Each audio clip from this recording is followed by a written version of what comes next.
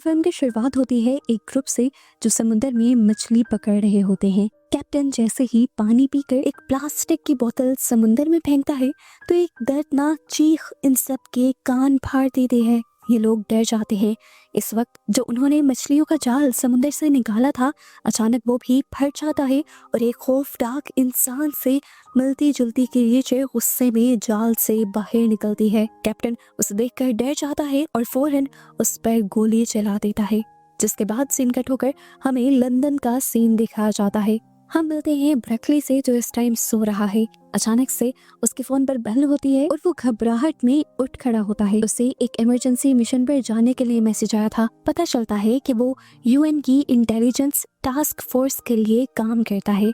ब्रेकली जल्दी से अपनी बेटी को उठाता है और उसे बताता है कि मुझे इमरजेंसी कहीं जाना है और तुम्हें अपनी मॉम के पास जाना होगा। इस टाइम सार्जेंट हाना ब्रेकली को पिक करने के लिए आई थी और उन्हें ये सुनकर काफी गुस्सा आता है कि ब्रेकली पहले अपनी बेटी को उसकी मॉम के घर छोड़ना चाहता है, वो भी उन्हीं की कार के जरिए। खैर इस टाइम ब्रेकली की एक्स वाइफ भी उस पर काफी गुस्सा है, क्योंकि ब्रेकली के ऐसे कामों की वजह से हमेशा ही उसे अपने काम इग्नोर कर अपनी बेटी का ख्याल रखना पड़ता है। ये काम खत्म करने के बाद ये लोग एक प्राइवेट एयरपोर्ट पहुंचते हैं, जहां पर जर्नल उन्हें मिशन की डिटेल देते हैं। लेकिन यहाँ ब्रेकली का टैबलेट काम नहीं कर रहा होता। उसके साथ बैठा हुआ एक आदमी उसे वीडियो दिखाता है जिसमें वो क्रिएचर जिसे हमने मूवी के स्टार्ट में देखा था, वो इंसानों पर हमला करती हुई दिखाई जा रही है। ये देखकर ब्रेकली घबरा जाता है और घबराहट में इस आदमी को बताता है कि मैं कोई एजेंट नहीं हूँ, मैं सिर्फ एक क्लर्क हूँ जो आप लोगों के साथ जा रहा हूँ। वो एजेंट जिसने ब्रेकली को वीडियो दिखाई थी वो भी घबरा जाता है और फिर पूरे रास्ते ब्रेकली से कोई बात नहीं करता और ये लोग अब हेलीकॉप्टर के जरिए एक अनजान सुनसान आइलैंड पर पहुंच जाते हैं। एक खास बिल्डिंग के अंदर जाने से पहले इन सब को डीकॉन्टेमिनेट किया जाता है, यानी इन सब के ऊपर से एक खास मशीन के जरिए सारे जरासीम मारे जाते हैं, जिसके बाद कर्नल आकर इन सब से मिलते हैं और इन्हें दिखाते हैं दीवार पर लटकी हुई वही क्रिएचर जिसे हम मूवी में बार बार देखते आ रहे हैं। सभी इस क्रिएचर को देखकर बहुत ज्यादा हैरान थे और कुछ को तो यही लग रहा था कि एक इंसान कॉस्ट्यूम पहन के खड़ा है, लेकिन कर्नल बताते हैं कि ये क्रिएचर असली है और ये पानी से निकली है। साइंटिस्ट ने इस क्रिएचर को होमोस्पेंडल का नाम दिया है। इंसानों जैसे ये क्रिएचर्स असल में पानी के अंदर रहती हैं और माना जाता है कि इंसानों के दुनिया में आने से पहले यही इस दुनिया में रहा करती थी। साइंटिस्ट इस टाइम इस क्रिएचर के ऊपर रिसर्च कर रहे थे और इन्हें इस क्रिएचर के गले में एक पर्ल मिलता है, जिसका मतलब इन्हें अभी तक के लिए समझ नहीं आया था। एक ऑफिसर अब वो पर्ल उस होमोस्पेंडल की गर्दन में वापस डाल देता है, जिसके बाद ये सब लोग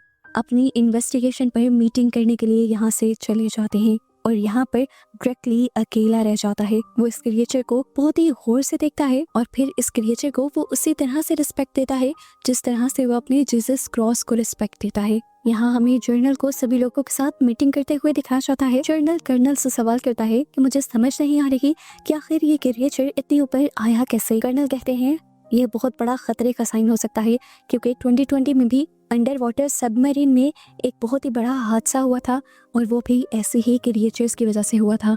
ये लोग अब इन होमोस्पेंडल क्रिएचर्स से बात करना चाहते थे, जिसके लिए ये एक खास मशीन का इस्तेमाल करते हैं। इस मशीन के जरिए वो दूसरी क्रिएचर्स को सिग्नल भेज देते हैं और फिर उनके जवाब का इंतजार करते हैं। ब्रेकली ने जब इस मशीन से सिग्नल को भेजा था तो सिग्नल की फ्रिक्वेंसी इतनी हाई थी, वो सिग्नल इतना तेज था कि ब्रेकली खुद भी कांप उठा था। काफी देर इंतजार करने के बाद भी जवाब नहीं आता और ये लोग अपने कैंप्स में सोने के लिए आ जाते हैं। ब्रेकली हैना से पूछता है कि क्या मैं अपने घर एक कॉल कर सकता हूँ, लेकिन हैना ऐसा करने से मना कर देती है।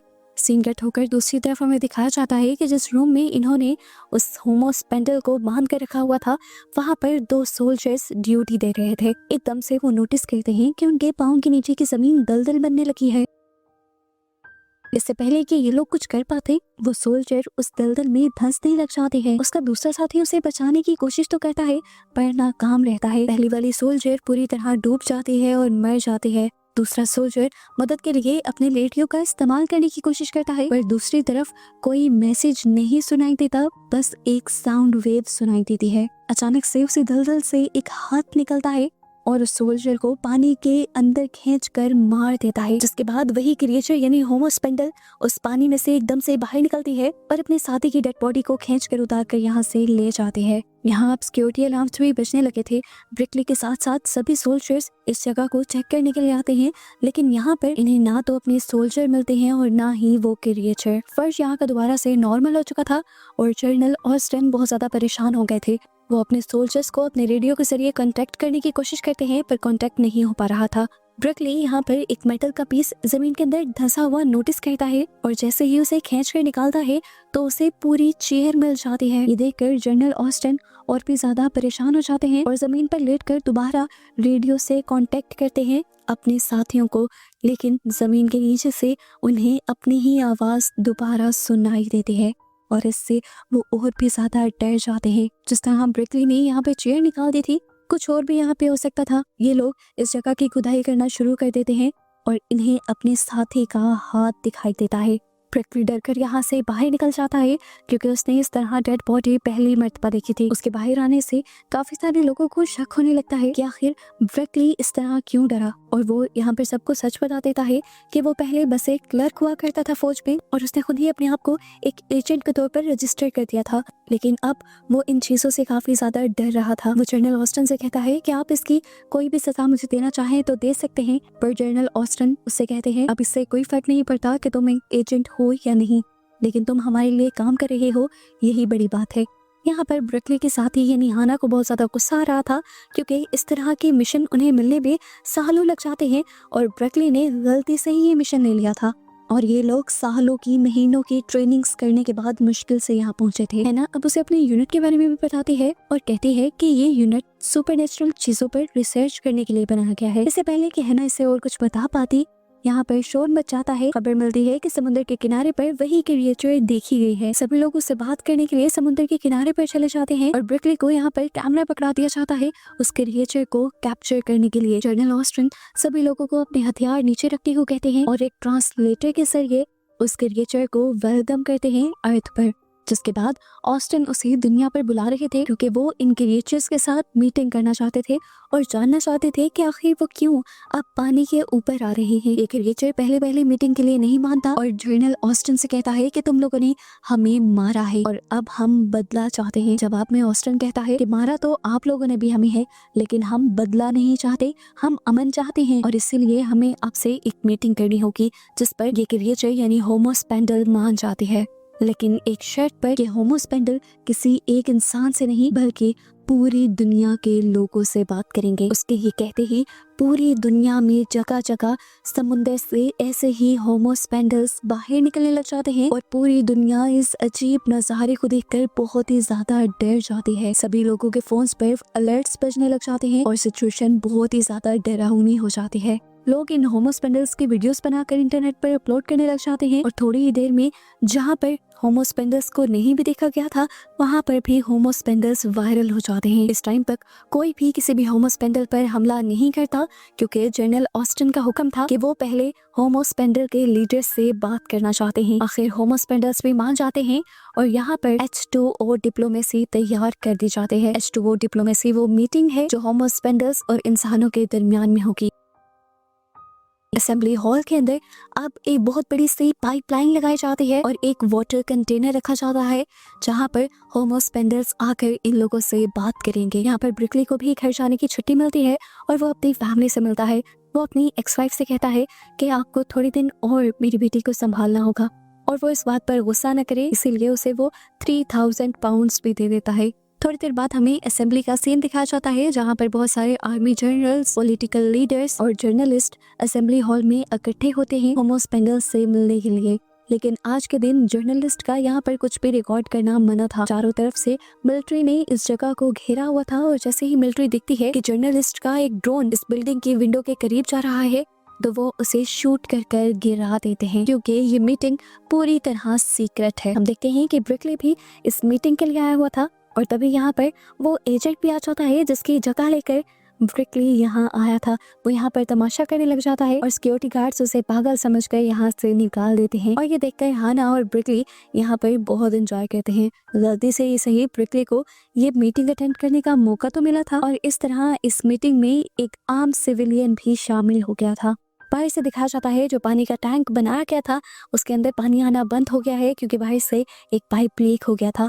इंजीनियर्स फौरन काम करना शुरू करते हैं और पाइप को रिपेयर करके असेंबली हॉल का ये टैंक फिल कर देते हैं, जिसके बाद इस टैंक के अंदर वही होमोस्पेंडल्स आते हैं। इस टाइम इस होमोस्पेंडल के साथ साथ यहाँ पर इंसानों जैसे ही 2 किस्म की और क्रिकेचर भी थी और एक ऐसी फिश भी थी जो बात कर सकती थी। इस टाइम जो सोल्ट नाम की होमोस्पेंडल यहाँ पर आई थी वो एक बहुत ही हैरान कर देने वाली बात ये बताती है कि वो दुनिया में मौजूद सारे लैंग्वेजेस बोल और समझ सकती है, इसीलिए वो इंसानों से बात करने आई है। इंसानों के लीडर यहाँ पर अपनी वेलकम स्पीच देता है और उसकी स्पीच को काटते हुए सॉल्ट यहाँ पर अपने गार्ड से 2 अंडे फेंकवाती है। ये उसके बच्चे थे असल में जो पैदा होने से पहले ही मर गए थे और वो इसका इल्जाम इंसानों पर दे रही थी क्योंकि इंसानों की फैलाई गंदगी और पोल्यूशन की वजह से समुंदर इतने खतरनाक हो गए थे कि उनके रिएचर्स का और उनके बच्चों का वहाँ जिंदा रहना और नए बच्चों का पैदा होना मुश्किल ही नहीं नामुमकिन हो गया था। ह्यूमन एम्बेसडर उससे माफी मांग ही रहा होता है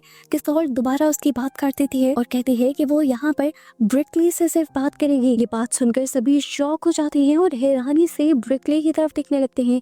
वो कोई एम्बेसडर नहीं था, ना एजेंट था, वो एक आम सा सिविलियन था जो झूठा एजेंट बनकर यहाँ बैठा हुआ था। ब्रिकली भी अजीब तरह से उठ जाता है और यहाँ सबको बताने की कोशिश करता है कि मैं तो नॉर्मल सा सिविलियन हूँ, मैं आपसे क्या बात करूंगा। लेकिन यहाँ पर सॉल्ट उससे कहते हैं हम तुमसे इसलिए बात नहीं करना चाहते क्योंकि तुम्हारे पास पावर है, बल्कि हम तुमसे इसलिए बात करना चाहते हैं कि सिर्फ तुम ही हो जिसने हमें इज्जत से ट्रीट किया था। तुमने हमें उस तरह से ट्रीट किया जिस तरह तुम अपने जीसस क्रॉस को ट्रीट करते हो और यही बात हमें अच्छी लगी है। इसीलिए हम किसी से नहीं बल्कि सिर्फ तुमसे बात करना चाहते हैं क्योंकि हमें लगता है कि तुम हमारी बात सुन पाओगे, समझ पाओगे।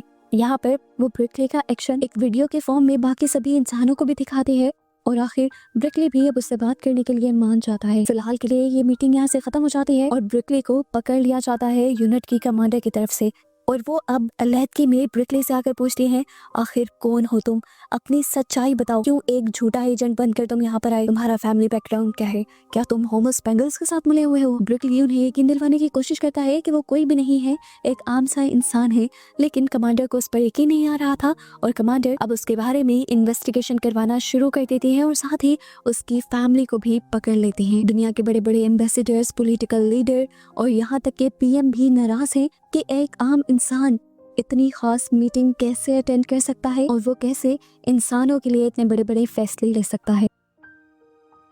इधर इंटरनेट पर भी ब्रिकली के बारे में ऐसी खबरें मशहूर हो जाती हैं कि जैसे वो फिश स्पाई है, होमोस्पेंडल्स का स्पाई है और वो इंसानों के रूप में असल में कोई और ही क्रिएचर है। यहाँ तक कि दुनिया में तो ये भी रूमर्स फैल जाते हैं कि इस पूरी दुनिया की पॉलिटिक्स को भी कोई दूसरी ही क्रिएचर चला रही है। इधर हमें दोबारा असेंबली दिखाई जाती है जहाँ पर पीएम कमांडर केट से कहते हैं कि तुम सॉल्ट से जाकर कह दो कि हम उसके फैसले से खुश नहीं हैं, ब्रिकली से उसकी मीटिंग नहीं करवाई जाएगी बल्कि हम अपना एम्बेसडर खुद चुनेंगे। ये लोग इस टाइम सॉल्ट से एक प्राइवेट मीटिंग करते हैं जिसमें ब्रिकली, कमांडर केट, उसके साथ जनरल और प्राइम मिनिस्टर थे।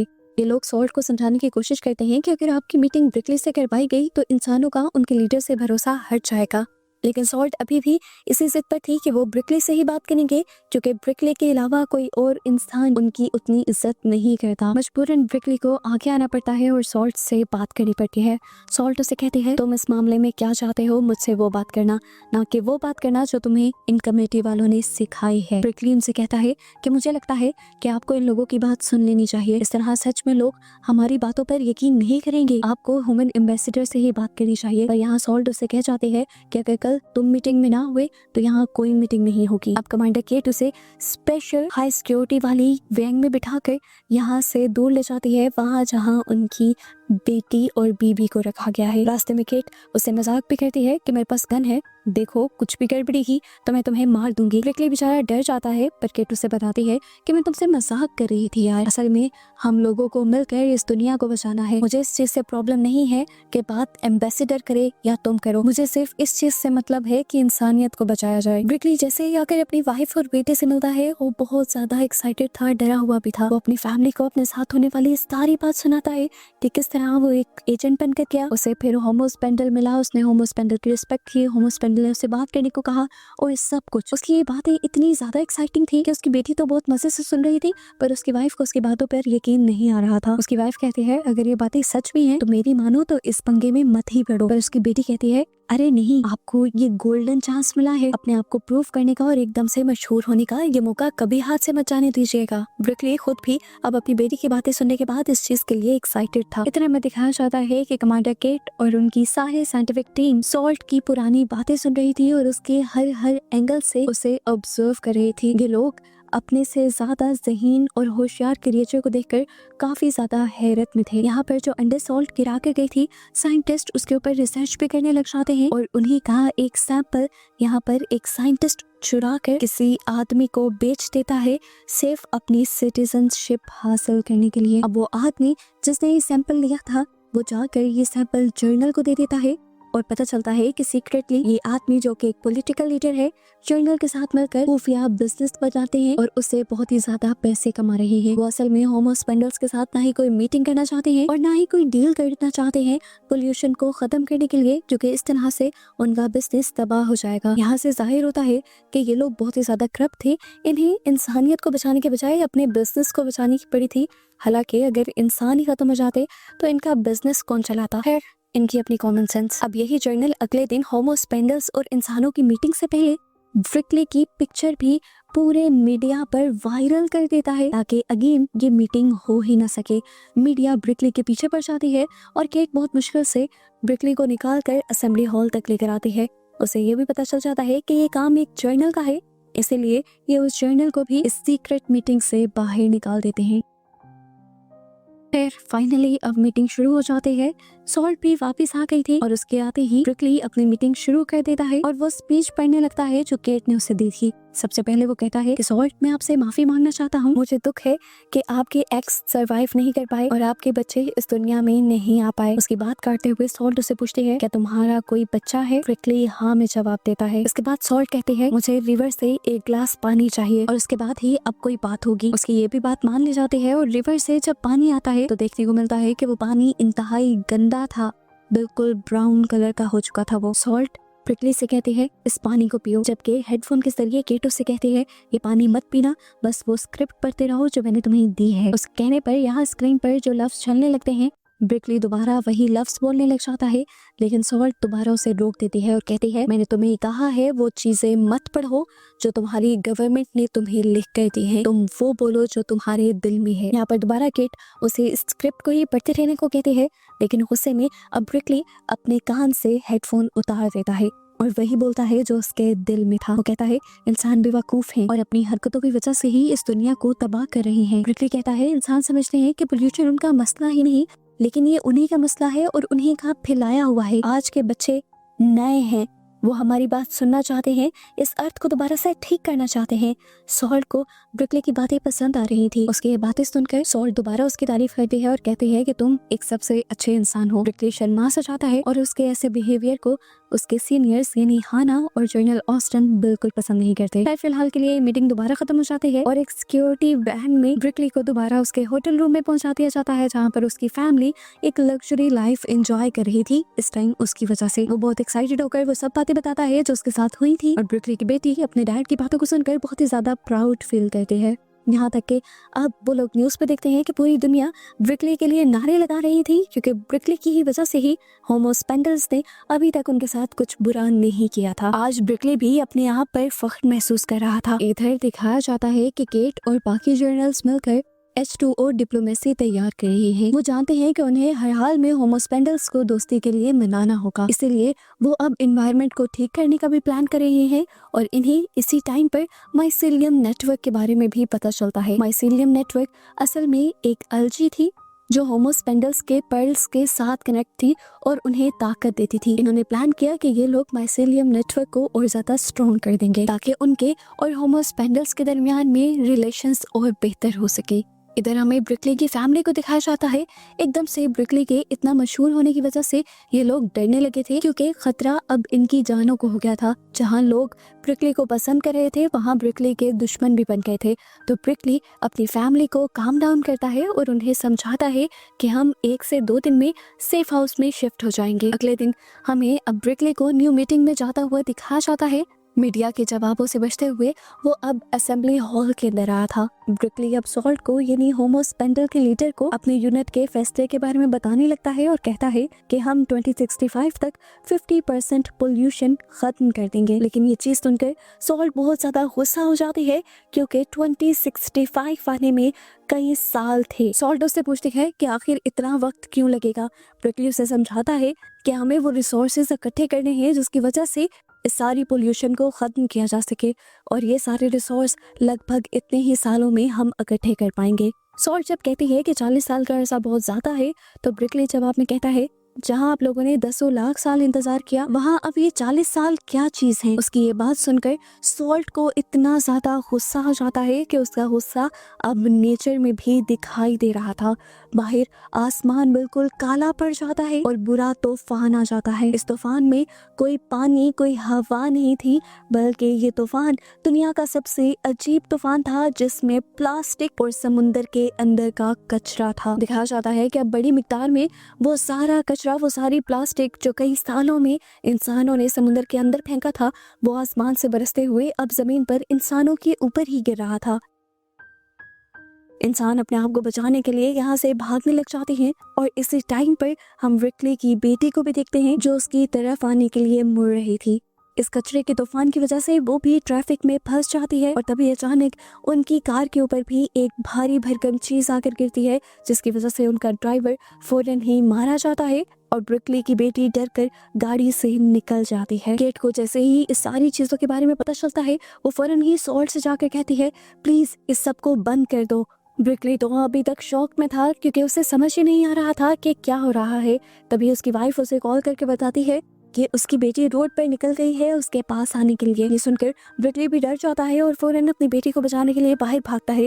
रोड पर वो उसे कहीं नजर नहीं आ रही थी लेकिन जब थोड़ा ही आगे किया तो उसने देख लिया कि उसकी बेटी के ऊपर एक बहुत बड़ा एंकर गिरने वाला था और वक्त पर आकर उसने अपनी बेटी को खींचकर इस एंकर की गिरने वाली मौत से बचा लिया। इसी टाइम पर हम देखते हैं कि ब्रिकली की वाइफ भी आ जाती है और ये सब लोग अपने आप को बचाने के लिए असेंबली हॉल के अंदर चले जाते हैं। इंटरनेट पर न्यूज चैनल्स पर हर जगह ये प्लास्टिक का तूफान वायरल हो जाता है और लोग यही बातें करने लग जाते हैं कि ये होमो स्पेंडल्स की तरफ से जंग का ऐलान है और हमें भी अब जंग के लिए तैयार हो जाना चाहिए। हमें शहरों का सीन दिखाया जाता है। शहर आते आते कचरे से भर गए थे, यहाँ तक कि समुद्र के अंदर डूबा हुआ टाइटैनिक भी यहीं आकर गिर गया था। सब लोग पैनिक हो जाते हैं और यहाँ असेंबली हॉल में दोबारा सॉल्ट के साथ मीटिंग स्टार्ट होती है।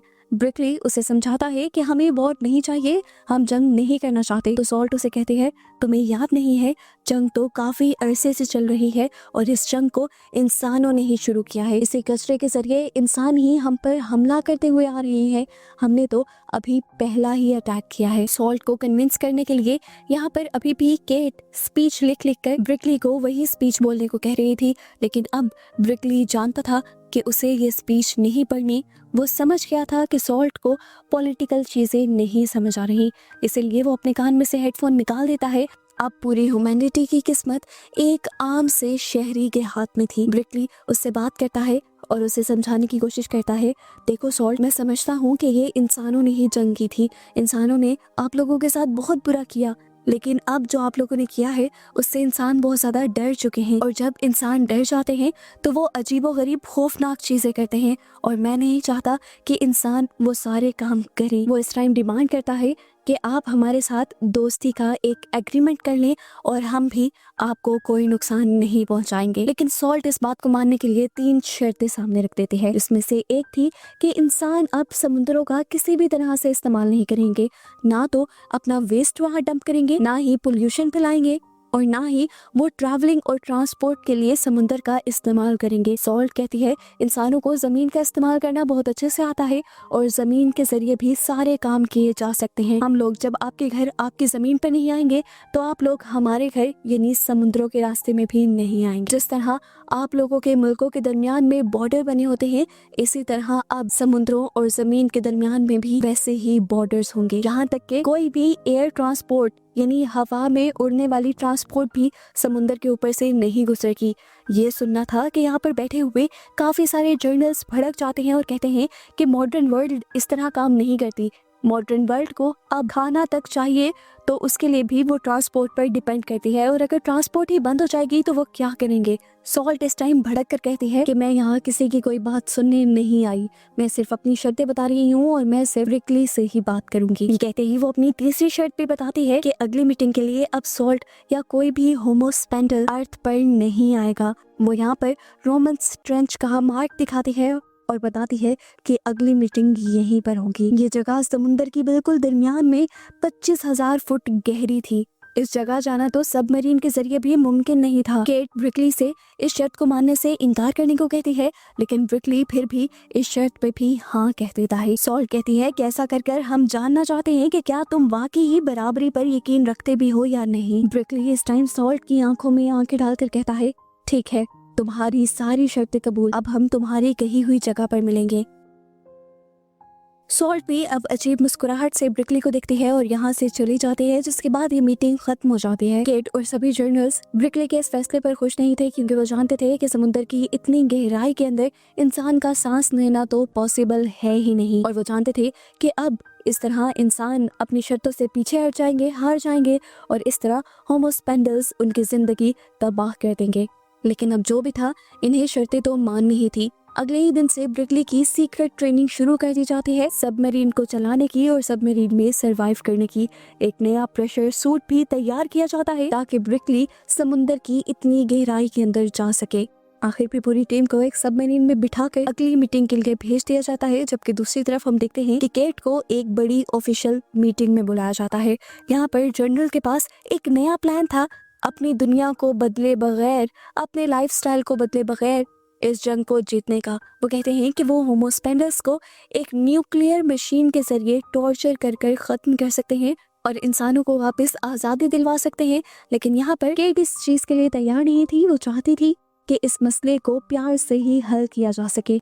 पर कमांडर दोबारा केट को समझाने लगते हैं कि होमोस्पेंडल्स ने ऐसी शर्त रखी ही इसलिए थी ताकि वो इंसानों से जंग कर सके। मेरी मानो तो जंग की तैयारी कर लेनी चाहिए। पर केट दोबारा उन्हें फोर्स करती है कि ब्रिकली बात करने के लिए क्या है और उसके आने से पहले तक हम कोई फैसला नहीं करेंगे। जहाँ केट ने भी अपना फैसला सुना दिया था तो जर्नल भी अपना फैसला सुना देते हैं कि हम होमोस्पेंडल्स के कहने पर अपनी ट्रांसपोर्ट्स जो ओशन के थ्रू हो रही है वो बंद नहीं करेंगे। और यहाँ केट समझ आती है कि इनके इरादे जंग करने के ही हैं और ये सिर्फ अपने बिजनेस के बारे में सोच रहे हैं। केट यहाँ से चली जाती है और पीछे से जर्नल को उनके साथी कहते हैं कि हमने बायो वेपन्स तैयार कर लिए हैं, क्या उन्हें इस्तेमाल किया जाए।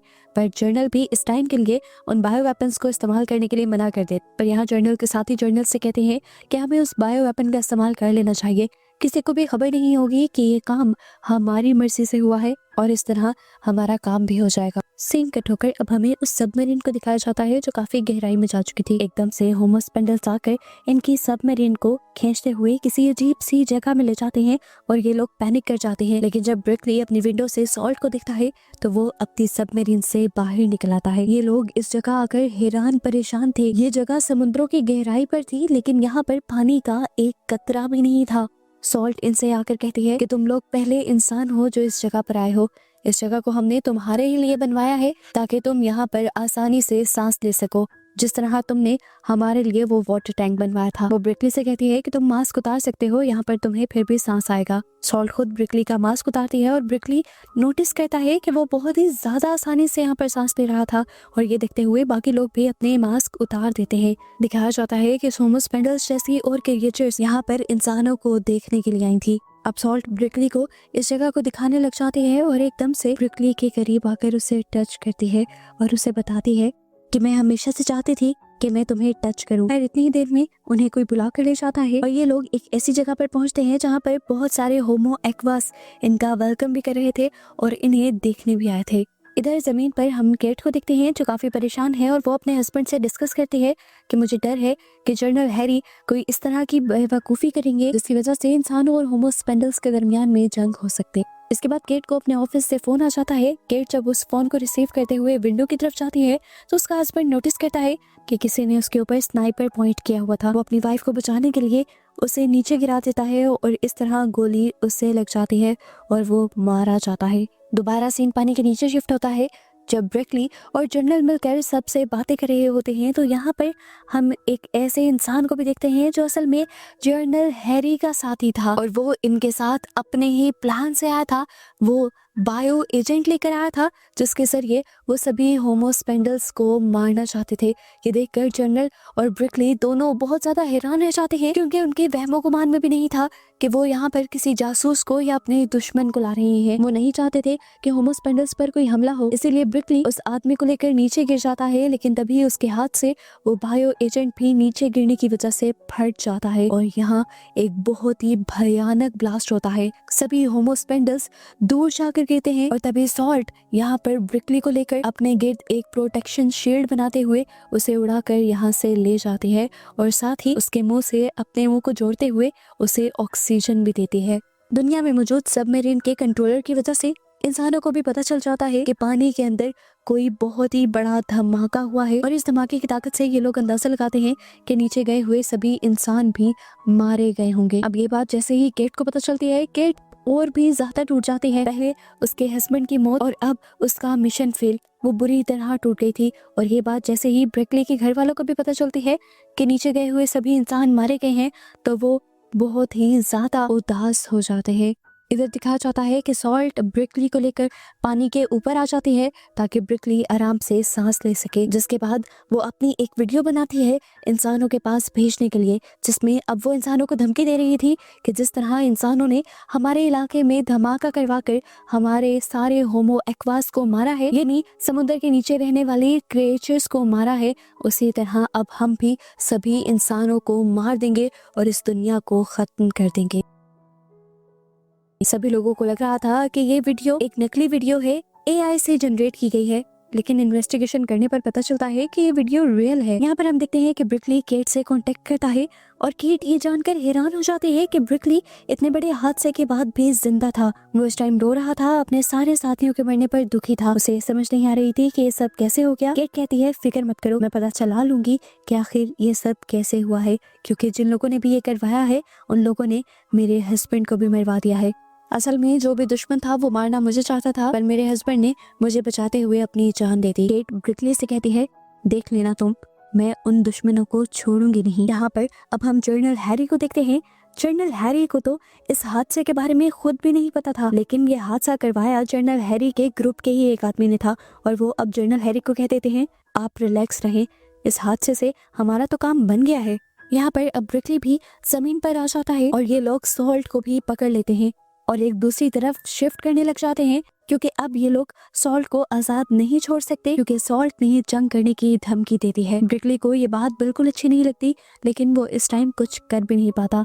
यहाँ सभी लोगों की बातों से वो अंदाजा लगाता है कि ये लोग सॉल्ट को विलन समझ रहे हैं, हालांकि सॉल्ट ने ब्रिकली की जान बचाई थी। अब ऐसे ही बातों बातों में ब्रिकली यहाँ पर ड्राइवर से उस गाड़ी की चाबी ले लेता है जिस गाड़ी के पीछे सॉल्ट के कंटेनर को रखा गया था। इन सब लोगों को लगता है कि ब्रिकली सॉल्ट को लेकर यहाँ से भाग रहा है, लेकिन वो यहाँ से भाग नहीं रहा था, वो तो बल्कि गाड़ी को पीछे मोड़कर इस कंटेनर को ही पानी में फेंक देता है ताकि सॉल्ट आजाद हो सके और अपनी दुनिया में जा सके। जिसके बाद वो खुद भी पानी में जंप कर देता है, क्योंकि जानता था कि अगर वो ऊपर रहा तो इंसान वैसे ही उसे मार देंगे। ब्रिकली की इस हरकत की वजह से ब्रिकली को अब गद्दार करार दे दिया गया था।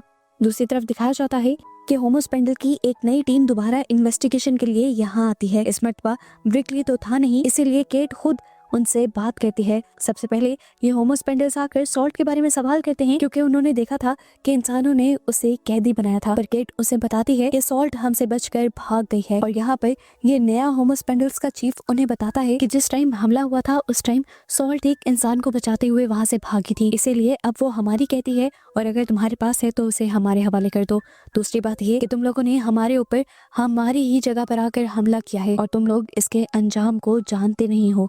शायद तुम लोगों को अंदाजा नहीं है कि हम क्या क्या कर सकते हैं। केट उनसे इस हमले के लिए माफी मांगती है और उन्हें यकीन दिलवाती है कि वो हमला इंसानों में से एक गद्दार ने किया था और इस हमले का उन लोगों को बिल्कुल नहीं पता था। होमोस्पेंडल का लीडर उनसे कहता है, जो हुआ जैसे हुआ, नुकसान हमारा हुआ है, हम होमो एक्वास का हुआ है और हम इसका बदला लेके रहेंगे। हमारे पास एक ऐसा हथियार है जो तुम्हारी पूरी दुनिया को एक झटके में तबाह कर सकता है और वो है रस्ट। जो अपने हाथ में पकड़ी हुई लोहे की छड़ी को एक सेकंड में रस्ट में बदल कर दिखा देता है और वो कहता है कि हम इसी रस्ट यानी जंग के जरिए तुम्हारी सारी की सारी बिल्डिंग्स एक सेकंड में तबाह कर सकते हैं और अगर तुम लोग चाहते हो कि हम तुम्हें तबाह ना करें तो हमारी सारी शर्तें तुम्हें माननी होगी। समुद्रों को 5 साल के अंदर अंदर तुम्हें हर तरह से साफ करना होगा। हमारी कैदी सॉल्ट को तुम्हें हमें वापस करना होगा ढूंढकर और इसके बाद भी हमारी सारी शर्तों को मानना होगा। अब ये सारी बातें सुनकर जनरल हैरी भी डर गए थे। उनके साथियों ने जो गड़बड़ करती थी अब उन्हें इस गड़बड़ को ठीक करना था और वो फौरन ही सॉल्ट को ढूंढने का ऑर्डर दे देते हैं। सीन कट होकर फाइनली हमें सॉल्ट और ब्रिकली को दिखाया जाता है जो इस टाइम जमीन पर हैं। ये दोनों जानते थे कि इंसान उन्हें हर जगह ढूंढ रहे हैं, लेकिन फिर भी ये दोनों एक फैक्ट्री के अंदर छुपे हुए थे।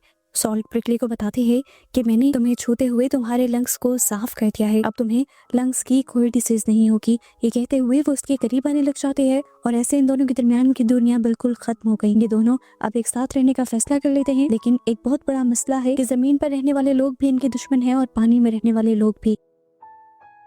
ये लोग जानते हैं कि ज्यादा देर तक ये लोग एक साथ नहीं रह सकते, पर ब्रिकली सॉल्ट से कहता है कि मैं दरमियान का कोई रास्ता निकाल ही लूंगा और तुम्हें यहाँ से लेकर कहीं दूर चला जाऊंगा। इस टाइम बातें करते हुए ब्रिकली सॉल्ट को ये भी बता देता है कि हमला करवाने में उनके यूनिट की लीडर केट का कोई हाथ नहीं।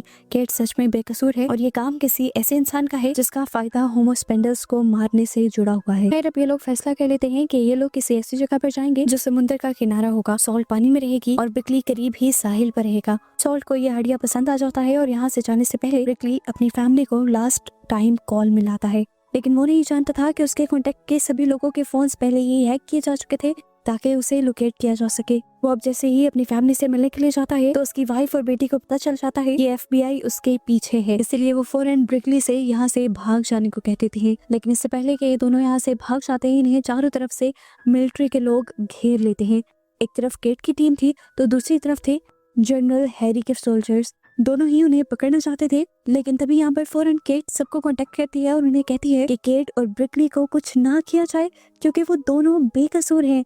इन्हें असल में पता चल गया था कि सॉल्ट की जो वीडियो इन्होंने देखी थी वो असल में AI जनरेटेड थी और जनरल हैरी के ही साथियों की एक चाल थी, लेकिन कोई भी इस टाइम उसकी बात को सुनने को तैयार नहीं था। कुछ सोल्जर्स तो ब्रिकली को पकड़ भी लेते हैं और ये देखकर सॉल्ट इतनी जोर से चिल्लाती है कि यहाँ पर सभी लोगों के कान फट जाते हैं और खुद पानी के अंदर जंप कर देते हैं। उसको यहाँ से जाता देखकर ब्रिकली टूट जाता है, लेकिन अपने आप से वादा करता है कि वो उसे जरूर ढूंढ कर रहेगा। इसके बाद हमें होमोस्पेंडल के नए लीडर टाइड को दिखाया गया जो अब पानी के बाहर आ चुका था और उसने आते ही एक खास किस्म का इंस्ट्रूमेंट बजवा कर सभी जानवरों को अपनी तरफ अट्रैक्ट कर लिया। इन्होंने ज्यादातर कुत्तों को अट्रैक्ट किया था और ये लोग कुत्तों को जाल में पकड़कर उनका शिकार कर कर खाने लग जाते हैं, बिल्कुल उसी तरह से जिस तरह इंसान किसी मछली का शिकार करके खाते हैं। होमोस्पेंडल्स की इस हरकत से इंसानों को गुस्सा आता है और जब इंसान इस बारे में बात करते हैं तो टाइड इन सबसे कहता है कि तुम लोग भी सालों से मछलियों का शिकार करते आ रहे हो।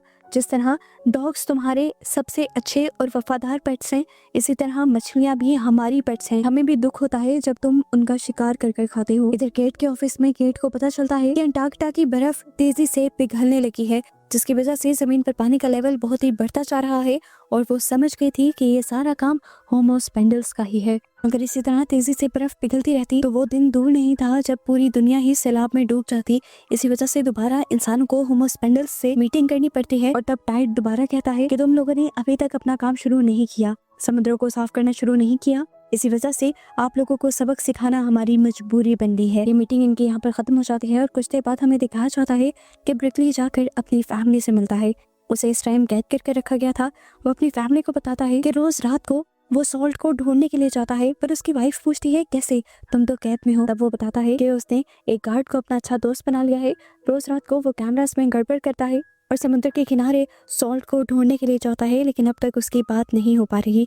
ये कहते हुए वो रोने लग जाता है और ये कन्फेस कहता है कि वो सॉल्ट से प्यार करने लगा है और उससे बात किए बगैर रहना उसके लिए अब मुश्किल हो गया है। सीन कट होकर अब हमें जनरल हैरी को दिखाया जाता है। वो अभी तक होमो स्पेंडल्स को खत्म करने का ही अपने ग्रुप के साथ मिलकर प्लान कर रहे थे। उन्होंने एक ऐसे गार्ड को ब्रिकली के पास छोड़ा था जो ब्रिकली की सारी बातें माने, क्योंकि वो चाहते थे कि ब्रिकली किसी तरह सॉल्ट से मिले और ये लोग ब्रिकली का ही गलत इस्तेमाल करते हुए होमो स्पेंडल्स को मरवा दें। एक दिन ऐसे ही अब उस गार्ड के जरिए ब्रिकली को खाना दिया जाता है और जैसे ही वो खाना खाता है तो बेहोश हो जाता है और इस टाइम कुछ डॉक्टर्स आकर उसकी बॉडी में वायरस इंजेक्ट कर देते हैं। ये वायरस असल में इंसानों को कुछ नहीं करता, बल्कि ये वायरस होमो एक्वास को मारने के लिए था। रात को जैसे ही ब्रिकली को होश आता है तो वो सॉल्ट से मिलने के लिए पानी में जाकर उसे आवाज़ें देने लगता है। रात भर के इंतजार के बाद फाइनली सुबह को सॉल्ट आकर उससे मिल ही लेती है। ब्रिकली इस तरह खुश था जिस तरह उसे कोई खजाना मिल गया हो। वो सॉल्ट को गले लगा लेता है, उसे किस करता है और तभी सॉल्ट उससे कहती है कि अगर तुम चाहते हो कि हम दोनों हमेशा साथ रहें तो जाकर इंसानों को समझाओ कि वो होमो स्पेंडल्स की सारी शर्तें मान लें, नहीं तो होमो स्पेंडल्स उन्हें बर्बाद कर देंगे। ब्रिकली उनसे कहता है मैं तुम्हें कैसे समझाऊं, इंसान मेरी बात ना सुनेंगे ना मानेंगे। कुछ वक्त के लिए तुमने मुझे स्पेशल तो बना दिया था, लेकिन अब मेरी औकात एक आम इंसान से भी कम हो गई है। लेकिन सॉल्ट यहाँ कहते हैं कुछ भी करके तुम्हें इंसानों को मनाना होगा। ये कहकर वो यहाँ से गायब हो जाती है। हालांकि वो खुद भी ब्रिकली को छोड़कर जाना नहीं चाहती थी। सॉल्ट की बात मानते हुए अब ब्रिकली केट और उसकी पूरी टीम से बात करता है, मीटिंग करता है और उन्हें समझाता है कि सॉल्ट ने उससे कहा है कि टाइड से समझौता कर लिया जाए ताकि इंसान और होमो स्पेंडल्स दोनों ही अमन से रह सकें। केट इस बात को सुनकर ये सोचने पर मजबूर हो जाती है कि उन्हें क्या करना चाहिए, क्योंकि प्राइम मिनिस्टर और जनरल केट की किसी भी बात को नहीं मान रहे थे। तब केट का एक साथी उसे आइडिया देता है कि हमें प्राइम मिनिस्टर और जनरल को इस मामले में लाए बगैर खुद ही होमो स्पेंडल्स से बात कर लेनी चाहिए, क्योंकि केट ही इस यूनिट की प्रेसिडेंट है और ऐसे ही सारे फैसले करने का हक केट का है। केट को भी ये आइडिया पसंद आता है और वो लोग होमो स्पेंडल्स को मिलने के लिए सिग्नल्स भेजना शुरू कर देते हैं। लेकिन अजीब बात होती है, घंटों नहीं बल्कि दिनों गुजर जाते हैं और होमो स्पेंडल्स का कोई जवाब नहीं आता। केट डरने लग जाती है कि कहीं होमो स्पेंडल्स उनसे नाराज तो नहीं हो गए, कहीं होमो स्पेंडल्स उनके खिलाफ कोई बहुत बड़ा प्लान या कोई बहुत बड़ी चाल तो नहीं चल रहे। 4 से 5 दिन गुजरे कि पूरी दुनिया के साहिलों पर होमो स्पेंडल्स अजीब हालत में मिलने लगे। वो मर चुके थे, उनकी बॉडी पर अजीब किस्म के पिंपल्स निकले हुए थे और उनके मुंह खाए गए थे। इतनी ज्यादा तादाद में ये लाशें आ रही थी कि ऐसा लग रहा था कि जैसे सारे ही होमो स्पेंडल्स मारे जा चुके हैं। ऐसा क्यों हो रहा था, केट को इसके लिए परेशानी हो जाती है। साइंटिस्ट इन होमो स्पेंडल्स को चेक करते हैं और पता चलता है कि इन्हें खास किस्म के वायरस के जरिए मरवाया गया है और ये ऐसा सिंथेटिक वायरस है जिसे इंसान ही बना सकता है। ये वायरस इंसानों के लिए बिल्कुल नुकसानदार नहीं, लेकिन होमो स्पेंडल्स को मार सकता है। केट को भी समझ आ जाता है कि उसे जो एक सर्वेलेंस नाम के प्रोग्राम के बारे में पता चला था, वो जनरल हैरी का शायद यही प्रोग्राम था जिसमें वो पूरे होमो एक्वास को मरवा कर सिर्फ इंसानों को इस दुनिया पर रखना चाहते थे और उन्हें इंसानों की इस जालिम नेचर पर बहुत ज्यादा दुख होता है। इस टाइम पर जब केट दुखी थी तो केट को बताया जाता है कि होमो स्पेंडल्स उनसे मिलने के लिए आ रही हैं और सिग्नल भेज रहे हैं। पता चलता है कि सॉल्ट मिलने के लिए आ रही थी और सॉल्ट हमेशा ब्रिकली से ही बात करती थी, इसलिए फौरन ब्रिकली को यहाँ से लेकर जाया जाता है। असेंबली हॉल में आते ही ब्रिकली को उस वायरस के बारे में बताया जाता है जिसकी वजह से होमो स्पेंडल्स मर रहे हैं और ये जानकर वो बहुत ज्यादा दुखी हो जाता है। लेकिन केट उसे बताती है कि अब तक हम लोग ये नहीं जान पाए कि ये वायरस किसने बनाया है और किसने फैलाया है। इन दोनों की बातों के दौरान यहाँ पर सॉल्ट आ जाती है और उसे देखकर ब्रिकली बहुत ज्यादा खुश होता है, लेकिन सॉल्ट इस टाइम पूरी तरह उदास थी। वो ब्रिकली को भी एक तरह से इग्नोर कर रही थी और वो सभी इंसानों को बताती है कि मैं आज सभी इंसानों के सामने अपनी हार मानती हूँ। हम लोग हार गए हैं और इंसान जीत गए हैं। उससे हमारे स्पीशीज के तकरीबन लोग मारे जा चुके हैं और बहुत थोड़े लोग ही सरवाइव कर पाए हैं। ब्रिकली जो कुछ भी नहीं जानता था वो रोते हुए सॉल्ट से पूछने लग जाता है, आखिर मुझे बताओ तो सही कि पानी के नीचे हुआ क्या था। सॉल्ट उसे बताती है कि तुम्हारे थ्रू एक वायरस भेजा गया था जिसकी वजह से बहुत सारे होमो स्पेंडल्स मारे जा चुके हैं और ब्रिकली भी ये सुनकर टूट जाता है क्योंकि वो समझ गया था कि उसका भी गलत इस्तेमाल किया गया है। सॉल्ट अब दोबारा सब लोगों को कहती है हम जल्द ही इस बात का पता चला लेंगे कि वो वायरस किसने बनाया है और उस वायरस के बनाने वाले और फैलाने वाले हर इंसान को हम पानी के जरिए ही मार देंगे।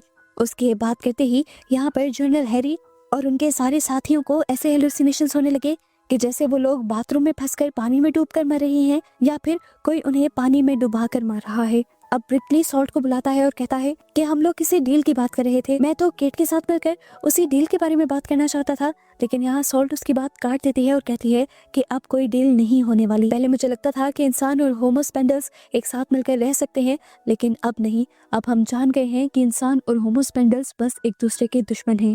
ब्रिगली यहाँ पर कहता है ऐसा नहीं है सॉल्ट, तुम गलत समझ रही हो। हम अभी भी वो एग्रीमेंट कर सकते हैं। समुद्र का सबसे गहरा इलाका बेशक आप लोग ले लो, वहाँ की हम सफाई भी करवा देंगे, वहाँ पर हम कोई ट्रांसपोर्ट भी नहीं चलाएंगे और जैसा आप लोग कहेंगे वैसा हम करेंगे। लेकिन ब्रिकली की बात सुनकर सॉल्ट अब उसे उन इंसानों की तस्वीर दिखाती है जो होमो स्पेंडल्स को मारकर और उनकी लाशों के साथ खेल रहे थे। सॉल्ट कहती है असल में ये सब वो इंसान हैं जो ज्यादातर दुनिया में रहते हैं और वही हमें नुकसान भी पहुंचाते हैं और अब इंसानों से हम डरने लगे हैं। मैं जितना भी चाहूँ अब हमारी स्पीशीज तुम इंसानों के साथ कोई भी एग्रीमेंट नहीं कर पाएगी। ये कहकर सॉल्ट वहाँ से चली जाती है और ब्रिकली टूट जाता है। इसी तरह से ये मीटिंग खत्म हो जाती है। मीटिंग के खत्म होने पर यहाँ पर पानी के टैंक्स एकदम से फटने लग जाते हैं और सभी लोग अफरा तफरी में यहाँ से भाग जाते हैं। इस टाइम जिसका सबसे ज्यादा नुकसान हुआ था वो ब्रिकली था और उसके बाद केट थी जिसने इतनी मेहनत की थी सब कुछ ठीक करने में और होमो स्पेंडल्स और इंसानों की दोस्ती करवाने के लिए। केट इस टाइम उदास थी कि एकदम से उसे एक डॉक्टर की कॉल आई और उसे एक शॉकिंग बात ये बताई गई कि ब्रिकली के पानी से निकलने के बाद बहुत सारे टेस्ट किए गए थे और उनके एक टेस्ट में एक बहुत ही अजीब चीज ये नोटिस की गई है कि उसकी बॉडी के अंदर बहुत सारे चेंजेस आ रहे हैं, जिन चेंजेस की वजह से वो इंसान होकर भी एक होमो स्पेंडल वाली जिंदगी गुजार सकता है, यानी पानी के अंदर जी सकता है। ये बात सुनते ही केट जल्दी से ब्रिकली को लेती है और कार में बैठकर यहाँ से निकल जाती है और रास्ते में उसे खुशखबरी देती है कि वो अब हमेशा के लिए सॉल्ट के साथ रह सकता है पानी में, क्योंकि उसका डीएनए सॉल्ट के साथ रहने की वजह से म्यूटेट हो गया है। एक इंसान और होमो स्पेंडल वाला डीएनए हो गया है, वो जमीन पर भी रह सकता है और पानी में भी। ये जानकर ब्रिकली बहुत ज्यादा खुश हो जाता है। उसे तो लग रहा था कि जैसे उसे पूरी दुनिया मिल गई। वो लास्ट टाइम अपनी फैमिली से मिलता है और उन्हें हमेशा के लिए गुड बाय कह देता है। उसे दुख तो हो रहा था लेकिन उससे ज्यादा खुशी थी उसे हमेशा के लिए सॉल्ट से मिलने की। इन सारी चीजों के बाद ब्रिकली फाइनली केट के साथ उस जगह पर पहुंच जाता है जहाँ पर सॉल्ट रहा करती थी। वो अपने कपड़े उतारकर पानी के अंदर चला जाता है और वहाँ हम देखते हैं कि उसकी गर्दन पर फिन्स आ गए हैं। वो किसी होमो स्पेंडल की तरह ही पानी के अंदर अब सॉल्ट की कंपनी एंजॉय कर रहा था और बहुत खुश था, जबकि बाहर केट भी उन दोनों के मिलने से बहुत खुश थी। जिसके बाद केट यहाँ पर वॉक करने लग जाती है और देखती है कि एक आदमी वॉक करते हुए यहाँ पर कचरा फेंक गया था। वो गुस्से में इस आदमी से कहती है उठाओ ये रैपर, पर वो आदमी जब उसकी बात नहीं सुनता तो वो बंदूक निकाल कर उसके ऊपर तान देती है और डर कर वो आदमी भी कचरा उठा लेता है। इससे जाहिर हो रहा था कि केट अब वो सारे काम करने वाली थी जिससे पानी में बचे कुचे होमो स्पेंडल्स की जिंदगी आसान बनाई जा सके और सेफ हो सके। और इस तरह उसी को दिखाते हुए ये सीजन यहाँ पर खत्म हो जाता है।